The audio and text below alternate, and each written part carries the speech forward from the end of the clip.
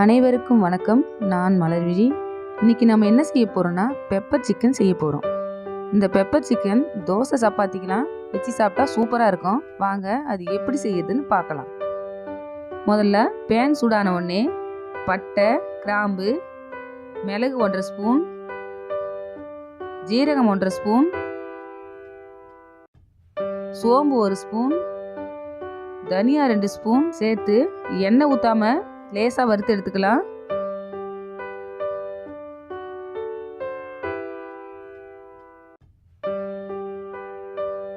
இதை மிக்ஸி ஜாரில் போட்டு நல்லா நைஸாக அரைச்சி எடுத்து வச்சுக்கோங்க. அடுத்து பேனில் 4 ஸ்பூன் எண்ணெயை ஊற்றி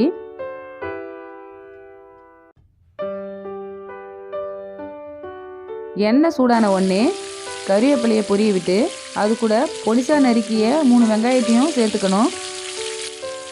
அது கூட கொஞ்சம் சால்ட் போட்டு நல்லா பொன்னிறமாக வர வரைக்கும் வதக்கிக்கணும்.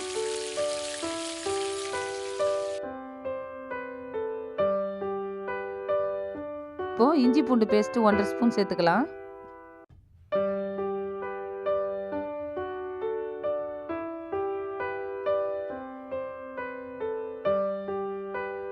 பொடிசா நறுக்கிய 3 தக்காளியை சேர்த்து நல்லா வதக்கிக்கலாம்.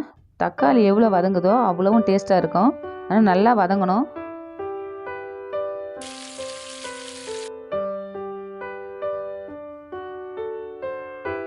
தக்காளி நல்லா வதங்கின உடனே மஞ்சள்தூள் 1 ஸ்பூன், வெறுமிளகாத்தூள் 1 ஸ்பூன், நல்லா எல்லாத்தையும் நல்லா வதக்கிக்கலாம்.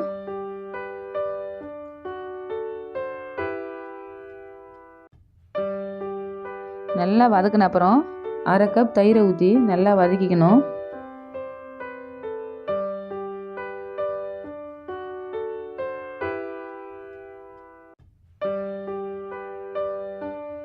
தக்காளியும் தயிரும் நல்லா வதங்கின அப்புறம் பப்புள்ஸ் மாதிரி வரும். அதுக்கப்புறம் சிக்கனையும் சேர்த்து நல்லா கிளறி விட்டுட்டு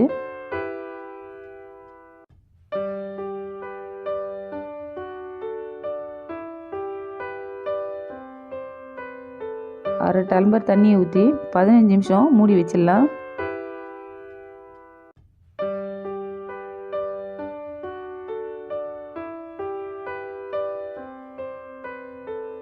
இப்போது சிக்கன் ஓரளவுக்கு வெந்துருச்சு.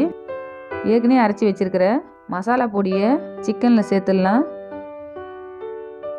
கொஞ்சம் கொத்தமல்லி, கொஞ்சம் புதினா சேர்த்து கிளறி விட்டு 10 நிமிஷம் அடுப்பை ஸ்லோவிலே வச்சு மூடி வச்சிடலாம். அவ்வளோதான். இப்போது பெப்பர் சிக்கன் நல்லா சூப்பராக ரெடி ஆயிடுச்சு. தோசை, சப்பாத்தி எல்லாத்துக்கும் கூட வச்சு சாப்பிட்டா சூப்பராக இருக்கும். நீங்களும் உங்கள் வீட்டில் செஞ்சு பாருங்கள்.